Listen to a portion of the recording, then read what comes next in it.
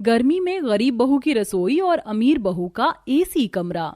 माँ, मुझे तो बहुत नींद आ रही है, मैं चली सोने।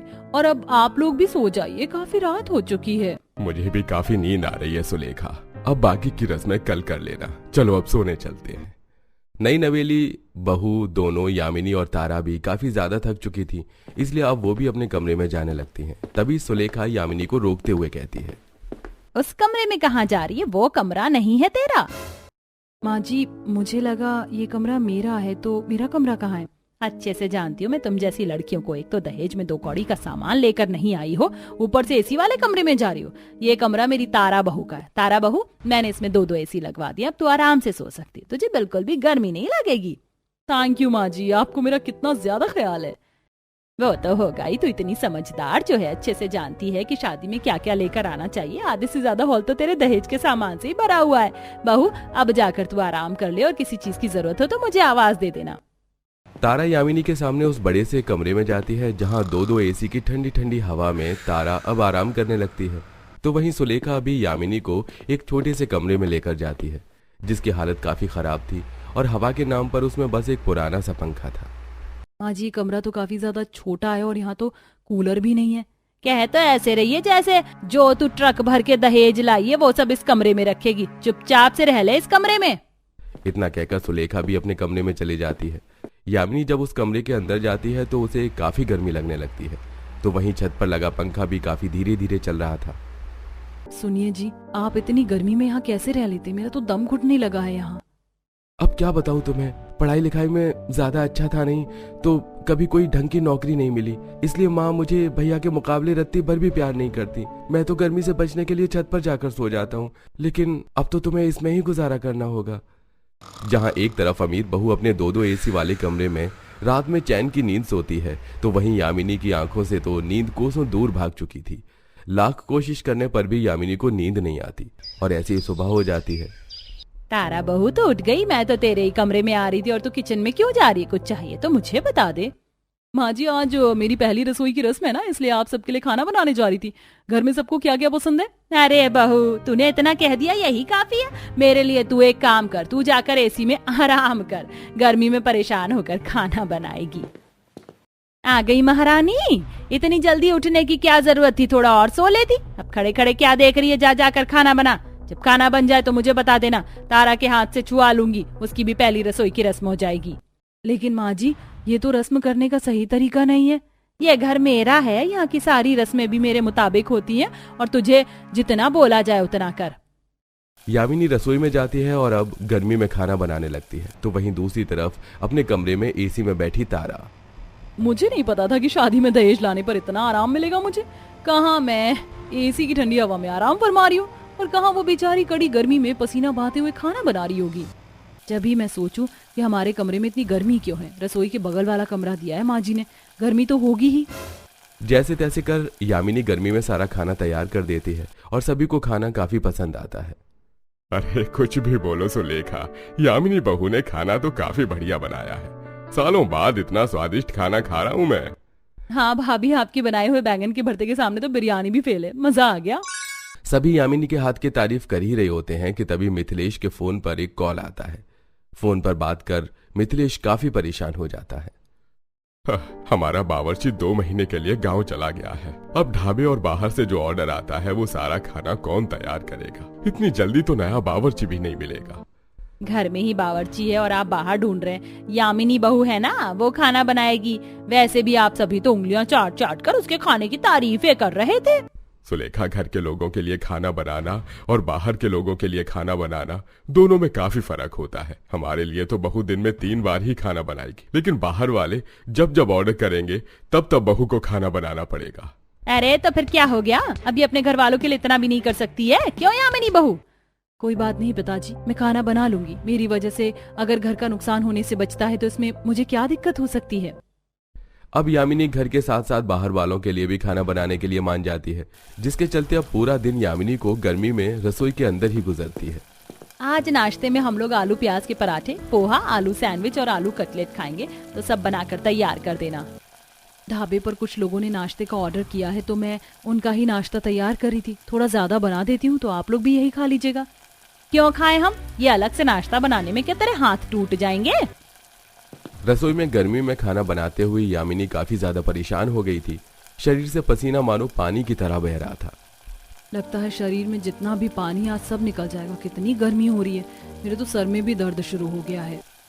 यामिनी बाहर वालों और घर वालों के लिए नाश्ता तैयार कर देती है और अब दोपहर में भी बाहर से ऑर्डर आए हुए खाने की तैयारी करने लगती है।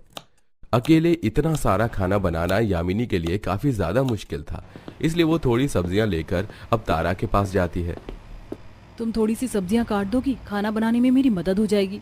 ये सारे काम तुम्हारे हैं, मेरे नहीं। और इतना ही आराम करने का शौक था तो तुम भी दहेज में चीजें लेकर आती तो आज ये नौबत नहीं आती। यामिनी निराश होकर रसोई में जाती है और जब गर्मी में दोबारा खाने की तैयारी करने लगती है। सारा खाना तैयार कर लोगों को उनके ऑर्डर देकर यामिनी अपने कमरे में जाती है। अब जाकर थोड़ी राहत मिली है, थोड़ी देर आराम कर लेती हूँ। बड़ी आई आराम करने वाली, तारा बहू कब से भूखी है। तूने उसे कुछ खाने के लिए दिया? जल्दी से जाओ और उसके लिए खाने के लिए कुछ बना। जब यामिनी तारा के लिए खाना बनाकर उसके कमरे में ले जाती है। यामिनी, मुझे पनीर सैंडविच बिल्कुल नहीं पसंद। एक काम करो, तुम मेरे लिए पास्ता बना कर ले आओ। काफी अच्छा बना है सैंडविच, तुम खाकर तो देखो, तुम्हें जरूर पसंद आएगा। मेरी बहू के साथ क्यों जबरदस्ती कर रही है? जब उसने मना किया कि उसे नहीं खाना तो नहीं खाना, समझ नहीं आता क्या? यामिनी फिर से गर्मी में रसोई में जाती है और तारा के लिए पास्ता बनाकर लाती है।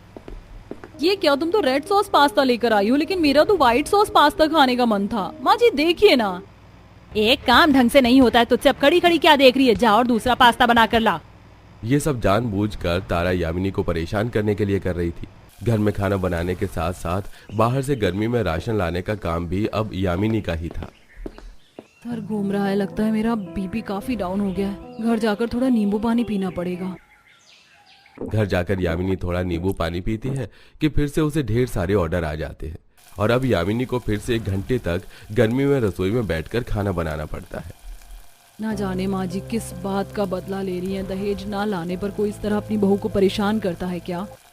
मिथिलेश को यामिनी की हालत पर काफी ज्यादा तरस आता है। अरे सुलेखा, यामिनी बहू को थोड़ा आराम तो करने दिया करो। सुबह 5 बजे से रात के 12 बजे तक वो रसोई में ही खाना बनाती है। आराम करेगी तो जो नुकसान होगा उसकी भरपाई कौन करेगा? कितनी बार कहा है कि घर के कामों में दखलंदाजी करने की कोई जरूरत नहीं है। गर्मी में घंटे तक रसोई में खाना बनाते बनाते यामिनी की हालत काफी खराब हो जाती है, जिससे वो बिस्तर पकड़ लेती है। डॉक्टर ने बहू को हफ्ते भर के लिए आराम करने के लिए कहा है। अब से खाना तुम तारा बहू से बनवाना। यामिनी की खराब तबीयत देखते हुए सुलेखा उसके साथ जबरदस्ती नहीं करती और तारा से खाना बनवाती है।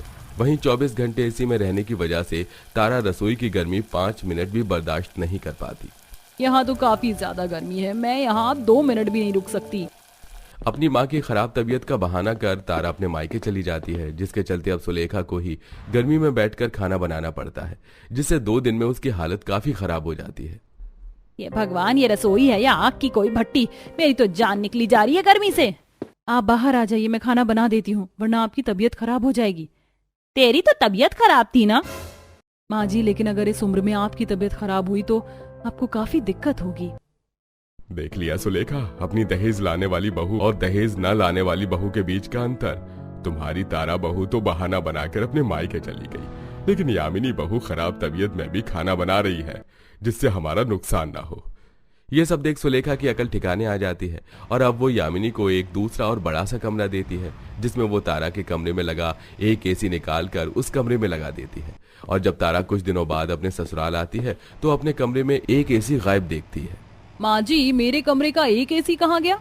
यामिनी बहू के कमरे में गया। और अब से मेरी बात कान खोलकर सुन ले, तू घर के सारे काम करेगी, यामिनी बहू के साथ खाना भी बनवाएगी, और अगर तुझे ये सब नहीं करना तो तू अपने मायके जा सकती है। जैसे इस बार तो तू बहाना बनाकर गई थी, लेकिन मैं तुझे बहाना बनाकर नहीं भेजूंगी और फिर वापस आने की भी कोई जरूरत नहीं है। अपनी सास की बात से तारा डर जाती है और अब न चाहते हुए भी तारा को यामिनी के साथ घर के सारे काम और खाना बनवाना पड़ता है, जिससे आखिरकार यामिनी को भी गर्मी से थोड़ा बहुत छुटकारा मिल जाता। ये आखिरी चीज भी सूख गई। माँ बाबा देखिए, सारा पानी सूख गया है, अब आप लोग कैसे भी लेट बैठ सकते हैं। कितनी मेहनत करनी पड़ गई मेरी बहू को ये जरा सा पानी सुखाने के लिए। अपने अमीर मायके में तो तूने ये कभी नहीं किया होगा, लेकिन गरीब नदी के पास वाले ससुराल में तुझे ये सब करना पड़ता है। मैं बहुत शर्मिंदा हूँ। अरे अरे नहीं नहीं माँ जी, ऐसे क्यों बोल रही हैं? हर जिंदगी का अपना ही मजा होता है। मायके में बरसात खिड़की से देखती थी और यहाँ बारिश होते ही नदी के भर जाने का सैलाब मिलता है। मैंने तो दोनों एक्सपीरियंस कर लिए। अच्छा, अब आप ये सब के बारे में छोड़िए और बताइए कि खाने में क्या खाएंगे। खाना? वो अभी से? अरे बेटा, अभी तो सुबह के 8 ही बजे हैं। अरे हाँ, अभी से खाना बना दिया तो शायद वो खराब हो जाएगा। अच्छा तो माँ बाबा, इतने खाने का वक्त होता है, मैं तब तक नदी पर कपड़े धुआती हूँ। तुझे थकान नहीं होती है बहू? एक के बाद एक काम, न जाने तू कौन सी मिट्टी से बनी हुई है। यशोदा की बात को सुनकर शिल्पा बस मुस्कुरा दी। बस फिर क्या था, उसने सारे गंदे कपड़ों को उठाया और वो उन्हें नदी पर धोने के लिए आ गई। शिल्पा एक अमीर परिवार की लड़की थी जिसने अपनी मर्जी से गरीब लड़के राम से शादी कर ली थी। राम का घर एक नदी के किनारे बसा हुआ था। वो काफी गरीब था और उसके घर में कोई सुख सुविधाएं भी नहीं थी, लेकिन शिल्पा बिना सुख सुविधाओं के ही वहां बिना शिकायत किए खुशी से गुजारा कर रही थी। आज तो नदी का पानी बर्फ की तरह ठंडा हो रखा है। कल बारिश हुई थी ना? किसने किया ये? तमीज नहीं है क्या? गाड़ी वाले लोग हो तो क्या गरीबों पर कीचड़ उछालोगे? आई एम सो सॉरी भाभी, हमें नहीं पता था कि इस तरह किनारे पर बैठकर आप कपड़े धो रही होंगी। अरे मेघा, तुम और रागिनी दीदी भी हैं? हाँ भाभी, ये क्या हालत हो गई आपकी? कैसे नदी पर बैठकर कपड़े धो रही हो? कहाँ अपने मायके में आपने मशीन को भी हाथ नहीं लगाया होगा और यहाँ ये सब करना पड़ रहा है। कोई नहीं, मुझे इस सब से कोई दिक्कत नहीं है। अब लव मैरिज की है तो कोई दिक्कत भी होगी तो बता थोड़ी ही पाओगी। आप दोनों बाहर क्यों खड़ी हुई हैं? अंदर आ जाइए। शिल्पा दोनों नंदों को अंदर ले आई और उन्हें बैठा दिया कि तभी रागिनी नाक पर हाथ रखते हुए बोली, भाभी जाकर नहा लो, आपके अंदर से ऐसी बदबू आ रही है जैसे चलता फिरता कूड़ेदान हो। हाँ ननद जी, मैं जाकर नहाने ही वाली हूँ, बस आपको बैठाने आई थी। वैसे आप कहाँ नहाओगी? मेरा मतलब घर में बाथटब है। क्यों, तुम दोनों जानती नहीं हो कि हम कहाँ नहाते धोते हैं? हे भगवान, आप लोग नदी के पानी से ही नहाते हो क्या? राम राम राम, एक तो नदी इतनी गंदी, ऊपर से उसका पानी और भी ज्यादा गंदा। उस पानी से खुद को नहलाकर साफ महसूस होता है या गंदा? दीदी, आप किस तरह की बातें कर रही हैं? आप भी तो अभी साल भर पहले इस नदी के पानी से ही नहाती थी। भूल गई क्या वो सब? भाभी, जो बीत गया वो एक बुरा सपना था और सपना भुलाने के लिए ही होता है। वैसे मानना पड़ेगा, बड़े बुरे हालात हैं आपके। भाभी, अब देख के रही हो, जाओ उसी से नहाकर क्यों नहीं आती हो? सारे कमरे में बदबू ही बदबू फैला दी है आपने। दोनों ही नंदे ऐसे ही घमंड की बोली बोलने लगी, जिसको सुनकर दोनों माँ बाप और उनकी भोली सी भाभी बस चुप रही। शिल्पा अपने कपड़े नदी पर लेकर गई और वहां से नहाकर वो अंदर आई। अंदर आकर उसने पूछा, मेघा और रागिनी दीदी, आप बताएं कि मैं दोपहर के खाने में क्या बनाऊं? आपको पीले चावल पसंद है तो क्या मैं पीले चावल और साथ में पुदीने की चटनी बना लूं? सभी नदी के पास बैठकर खाएंगे, बहुत मजा आएगा। नो नो नो भाभी, हम इस घर का कुछ भी नहीं खाएंगे। वैसे भी आप तो नदी का ही पानी पीते हो और खाने में भी वही डाल दोगे। बिल्कुल भी नहीं, हम ऐसे अनहाइजीनिक नहीं हैं। हम तो बस यहाँ से जा रहे हैं। ना इस घर में एसी है, ना ही कूलर और ना ही कोई फैन। हमें तो यहाँ घुटन हो रही है। अच्छा तुम चलते हैं। मेघा और रागिनी ऐसे ही अपने घर वालों और घर की बुराई करके वहां से चली गई। उनकी बातों से दोनों माँ बाप को काफी दुख हुआ था, लेकिन वो दोनों कुछ भी नहीं बोले। माँ बाबा, आप दोनों नंद जी की बातों का बुरा नहीं मानना। पैसा आने पर शायद लोग ऐसे ही बदल जाते हैं। आप कहो तो मैं आपके लिए पीले चावल बना दूंगी, उसके बाद हम सभी नदी के पास बैठकर खाना खाएंगे। शिल्पा की बात पर यशोदा और अनमोल दोनों ने ही गर्दन को हिला दिया। बस फिर क्या था, शिल्पा ने उनके लिए खाना बनाया और अपने बूढ़े सास ससुर को खाना खिलाया। ऐसे ही सिलसिला जारी था। शिल्पा के सारे काम नदी के पानी से ही होते थे। बर्तन धोना, कपड़े धोना, वो सब नदी पर ही करती थी। आज शिल्पा घर के अंदर ही कामों को निपटा रही थी, तभी फिर से उसकी दोनों नंदा, नमस्ते भाभी जी। अरे तुम दोनों आज फिर से आ गई, और हाथों में ये बड़े बड़े बैग्स क्यों हैं? माँ ये वो क्यों माँ, हम अपने मायके आ नहीं सकते हैं? क्यों नहीं आ सकती? बिल्कुल आ सकती है। जब भी आपका दिल करे बेझिझक आइए। भाभी, क्या हालत हो गई है हमारे गरीब से मायके में आपकी। आप कहाँ महलों की राजकुमारी की तरह रहती थी, और यहाँ तो आपका सारा सुख चैन ही छिन गया है। गर्मी में कैसे कैसे गुजारा करना पड़ रहा है। जब भी आती हूँ ऐसी ही हालत में दिखती हूँ। मेरा मायका अगर आपके मायके जैसा होता तो मैं कभी ऐसे ससुराल में नहीं आती। हाँ भाभी, बिल्कुल सही कहा मेघा ने। आप अपने मायके जाकर ही क्यों नहीं रह लेती हो? वहाँ आपको पहले जैसा आराम मिलेगा और आप अच्छे से रह भी पाओगी। नहीं नंद जी, अब मुझे उस सारे सुख चैन की इच्छा नहीं रही। मैं अपने परिवार के साथ खुश हूँ। आपको अगर ज्यादा गर्मी लग रही है तो चलिए बाहर चलते हैं। नदी के पास बैठकर थोड़ी बातें कर लेंगे और हवा की रमक सी भी लग जाएगी। शिल्पा अपनी दोनों नंदों के साथ बाहर आ गई। और वो तीनों नदी किनारे ही बैठ गई। थोड़ी देर में उनमें सही बातें हुई और फिर रागिनी और मेघा ने शिल्पा को भड़काना शुरू कर दिया। भाभी, आपने हमारे परिवार के लिए शुरू से ही कितना ज्यादा किया है। आपने अपनी ख्वाहिशें मार दी और अपनी हस्ती मिटा कर रखी हुई है, लेकिन फिर भी हमारा मायका देखो, ये सब लोग आपको एक अच्छा ही नहीं देते। माँ बाबा जिनके लिए आप मरी जाती हो, वो भी अकेले में बस आपकी बुराई ही करते हैं। हाँ भाभी, और आपको पता है ये आपको इतना बुरा बुरा बोलते हैं कि आप तो सोच भी नहीं सकती हो। इस जेल जैसे गंदे घर में रहने और फिर भी बुराई ही पाने से तो अच्छा ये होगा कि आप अपने मायके ही चली जाओ। नहीं नहीं, मुझे मायके नहीं जाना। मैं मेरे सास ससुर को जानती हूँ, अगर उन्हें कभी मेरी बुराई की भी होगी तो जरूर इसके पीछे ही कोई गलती हुई होगी, वरना वो ऐसा कभी नहीं करेंगे। शिल्पा ने ऐसे बोलकर बात को खत्म कर दिया। देखते ही देखते शाम हो गई और शाम के वक्त जब राम घर आया तो अपनी बहनों को देखकर चौंक गया और उसने शिल्पा को साइड में बुलाकर कुछ बताया। रात होते होते सारे गाँव में अंधेरा छा गया और शिल्पा ने भी अपने घर में दीपक जलाया। दीपक जलाकर सभी खाना खाने को बैठ ही रहे थे कि फिर से रागिनी और मेघा दोनों आग लगाते हुए बोली, बेचारी भाभी कितनी ज्यादा सीधी सी हैं जो अपने महल छोड़कर यहाँ हमारी खटारा झोपड़ी में गुजारा कर रही है। एक तरफ भाभी बेचारी सभी के लिए अपनी हस्ती मिटाने को हैं, तो दूसरी तरफ माँ बाबा हैं जो भाभी को कभी अच्छाई नहीं देते। माँ, इस घर में भाभी की खातिर कम से कम एक लाइट का ही जुगाड़ करवा दो। और बाबा, आप इतनी उम्र हो गई है लेकिन अपने घर में आपसे भी कुछ सुख सुविधा करवाई नहीं गई। अब तो हमारी भाभी अपने मायके ही जाएंगी, वहीं पर उन्हें अब अच्छी जिंदगी नसीब होगी।